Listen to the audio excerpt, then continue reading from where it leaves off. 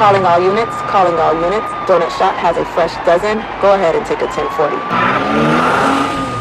So probably at the time I had been in motors maybe 2 to 3 years. So I was a rookie motor officer. It was August 12th, 2006. I had finished working an off-duty job late. Probably head home around 4:40 in the mornings when I got home. Don't think nothing of it, and I'll get to that why I didn't think much of it at that point. Get home, go to sleep. You said you didn't think anything of what? of of something I had passed by. I was gonna say you literally a couple minutes because I'll talk about that. Yeah. I just wanted because you like I didn't think anything, and I know where you were going with this. So I just want. So go home, lay down. Had to get a couple hours of sleep because I had to go back to work. It was on a Saturday to work motors. We were doing some escorts that day, and I get a knock around probably 7 o'clock in the morning, and it's two uniformed officers from a different police department.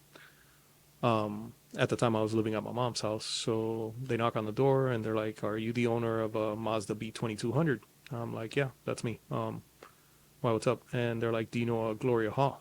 And that's my sister's name. So I'm like, "Okay, yeah, that's my sister. Why?" And they're like, "She was involved in an accident."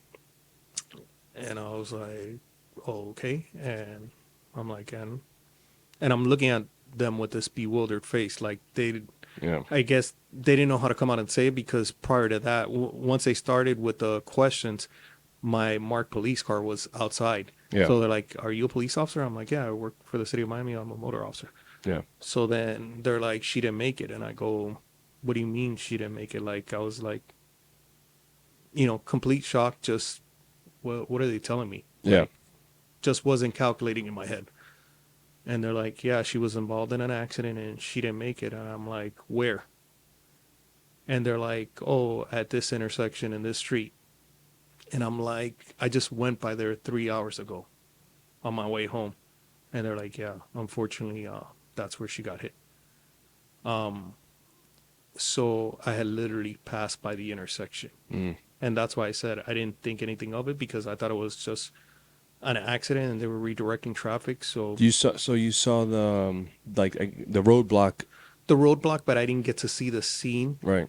Because it was off to the next block basically, and they were redirecting the traffic around there. So I didn't get to see it. Not that I think I would have recognized it because the impact was so strong. It basically hit my truck that she was driving and pushed it half a block down and flipped it down the road. That's how hard. I think the female that was driving was anywhere from 60 to 70 miles an hour on a surface road and blew through a flashing red. So, my whole world is completely just destroyed. I don't know what to do, what to think at this point. I'm just like, it's just not going through my head that like she's gone. Like, I can't believe this. Like, this has got to be like I'm having like a bad dream or something. So I start replaying the timeline based on what they're telling me. So my sister that day was going to a church retreat up in Tampa. The church that she was going to was up by Miami Lakes, so she had to get there around, I think, like 5 o'clock, and they were leaving by like 5:30 on a bus that they had chartered to go to Tampa for the day and come back. So she left the house early, and about 4:20, she's crossing this intersection. Based on the two witnesses at scene, they said that she had the flashing yellow. She stopped. She made a complete stop.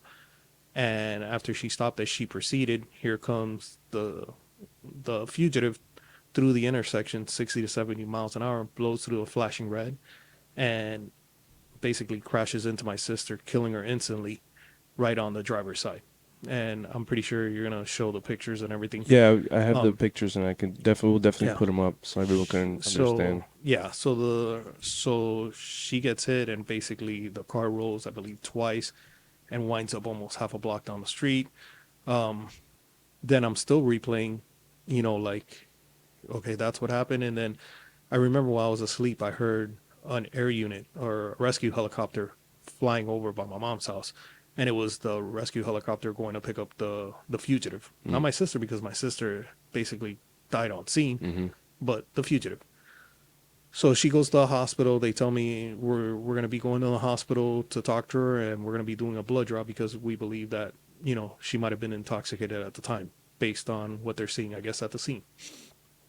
So they start their investigation. At this point, they're like, "Do you need anything else?" I'm like, "Nope." I got to start calling my family now.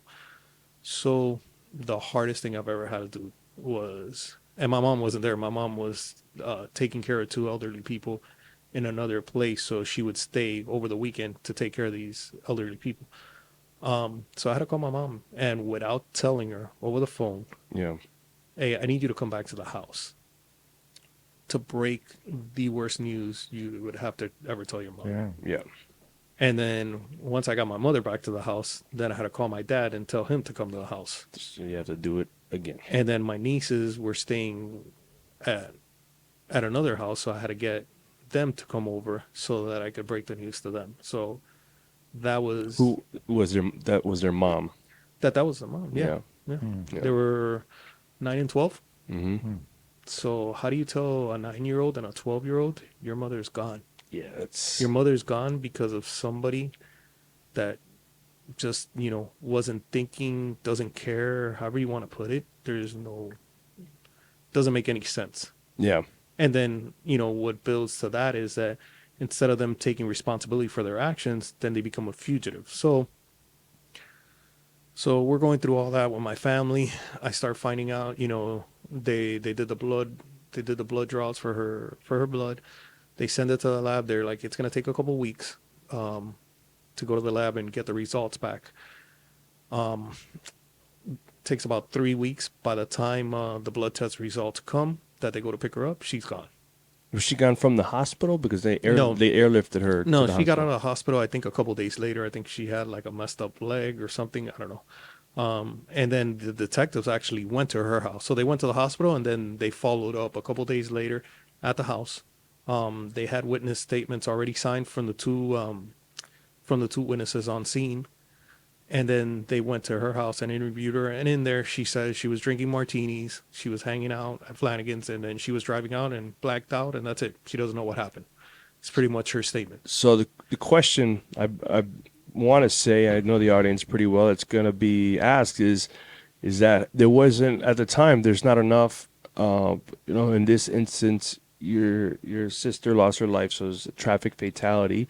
There's somebody who was obviously drinking and driving, and they crashed. Is there not enough there to make the arrest, then do the blood draw, then add that to the evidence, or you understand what I'm saying? So Like, this is a question that people are going to be like, Right. what happened there? Where was that time delay? So the blood draw takes time. Like I said, Yeah. it took 3 weeks to come back. But not only that, on these kind of cases, you want to make sure you have everything done before you make an arrest. Yeah. Because if not, what happens is then it starts what's called a speedy trial motion. And if you're not ready to take that case to trial in 180 days, a defense attorney could go before a judge and dismiss it, saying the state's not ready. We request a dismissal, and they'll dismiss it.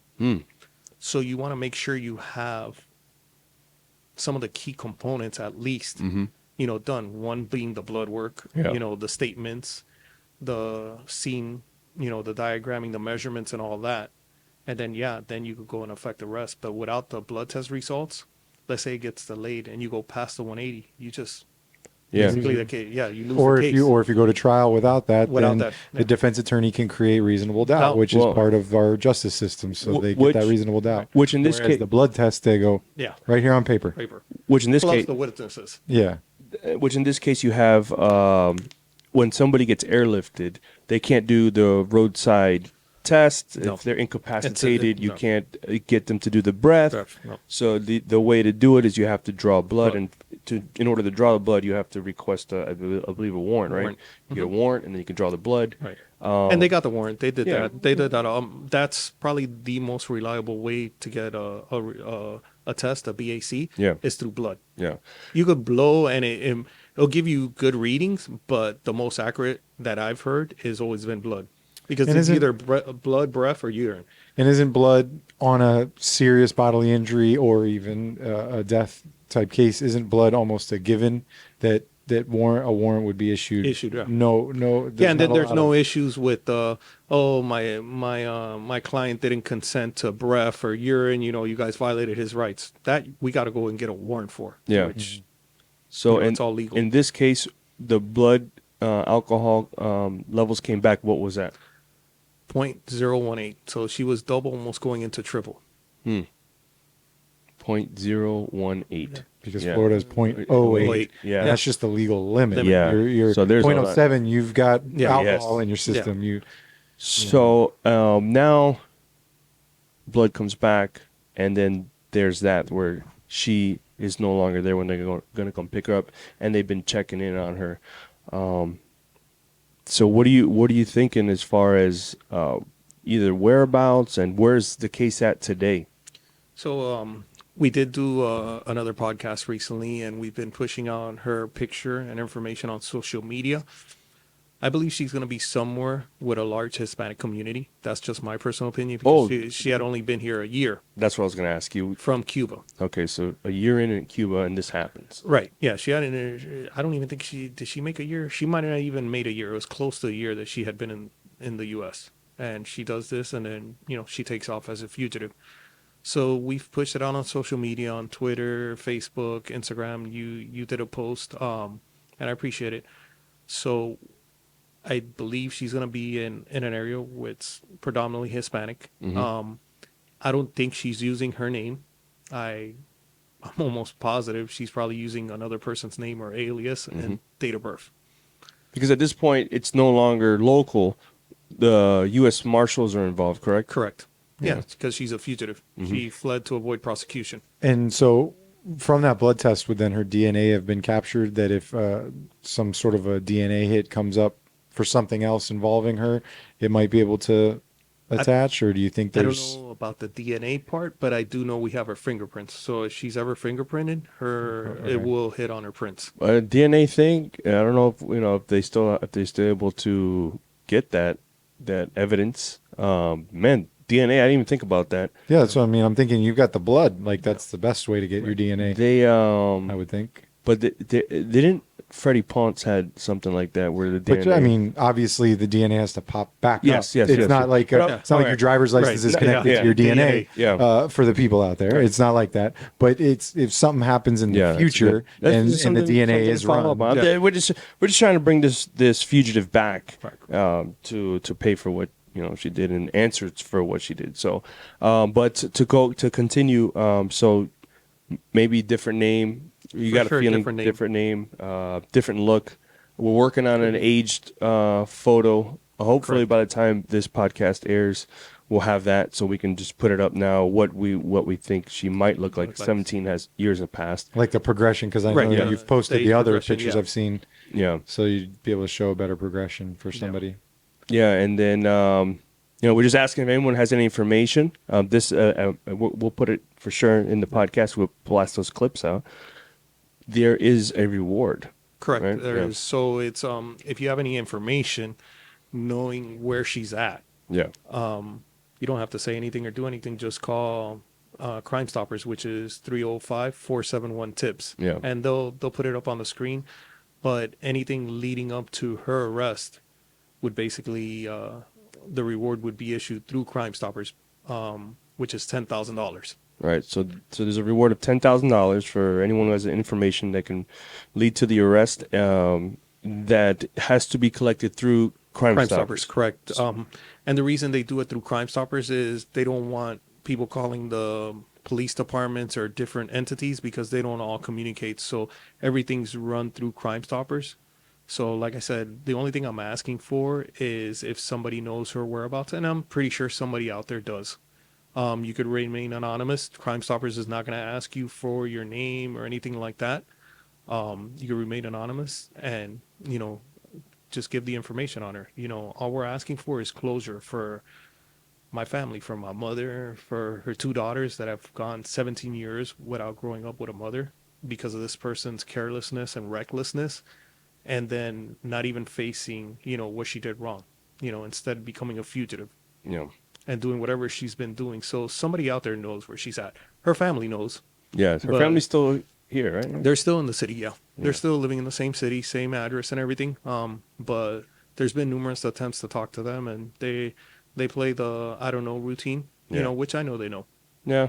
I didn't- So, you know, that's the only thing I'm not asking. You know, it's the only thing I'm asking for is to please share this as much as possible Mhm. with everyone they know, because somebody out there, whether they know her personally or it's their next door neighbor, their coworker, she's somewhere. yeah. Whether she's in the U.S. or in you know, South America somewhere, she's somewhere that somebody's seen her and knows where she's at, and that's all I'm asking for. You know, the last thing I want is for, and it's something I can't stop. You know, Yeah. for somebody to get the same knock I got 17 years ago. Yeah. That's That's, you know, the worst feeling ever for anybody to get, whether because I'm a cop or not.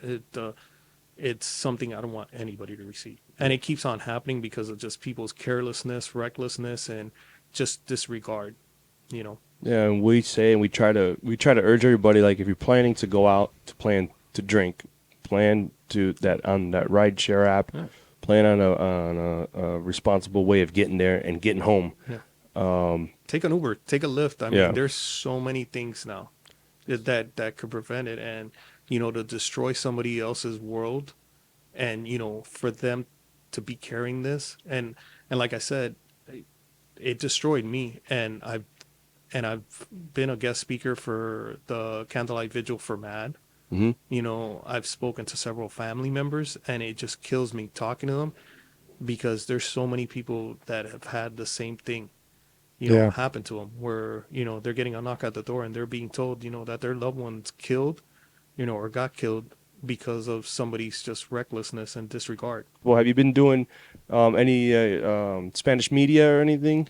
That's what I'm working on next, is doing it in Spanish with some of the media outlets in Spanish to get it pushed out, because like I said, I think that's going to be the key, is the Spanish. Yeah. The Spanish news media, or people that watch Spanish news, that'll probably be able to say, hey, wait a minute, I know that person. All right. So, to the listeners out there, to the people listening, let's help Jack out. If you have anybody in any kind of Spanish media or any kind of Spanish social media influencer, or can get in contact with them to have them on, so we can help spread the message and continue to put out the message. Let's help bring some justice here to Jack's family. Please reach out to us on our DM so we can then hook them up and set them up to where to go. Anything and anything can help. Anything and everything can help. So please help us out. And when we catch her, we'll share. We'll share with everyone that we were successful. So I'm looking forward to that day, and let's continue to push. And we're not going to stop, like Marines do, right? Never quit. Yeah. Never quit. Just keep on going. That's why, you know, and if I could tell something to the audience out there, never give up. If unfortunately, if you're going through this or have been through this, never give up in, you know, in seeking that justice for your family members, because you are that person that needs to push it. Nobody else is going to push it but you. Absolutely. And know. and you can take that and apply that to your life. It's like, no one's going to do anything. You have to be that person to do it. Mm-hmm. And no matter how many obstacles, look at obstacles as opportunities. Yeah. So, well, I want to thank you for joining us on the podcast, and you're welcome back. And we'll talk about Iron Man stuff some more, and we'll talk about some other things. I want to hear what you said, Kona, right? That's Kona. So Kona's in Hawaii. It's in the big island of Hawaii. and you said by next year you want to do that? Yes. Okay, That's so my goal.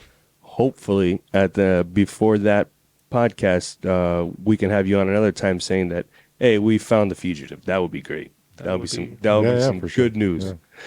Thanks again. Thanks Thank for you. joining. Oh, I'm coming over the And top. thank you for the mug. I appreciate it. There you It's go. really cool. And I That's- could have my Black Rifle coffee with it. There you go. And if you want one of those mugs, they're no longer for sale. No. But you got to join the show and you get your mug. That's your thing. Yeah. We've got a couple left. It's like having a SWAT shirt now, right? Yeah, you got to earn it. There's only 2 ways to get a SWAT shirt, but we're going to leave that for the next episode.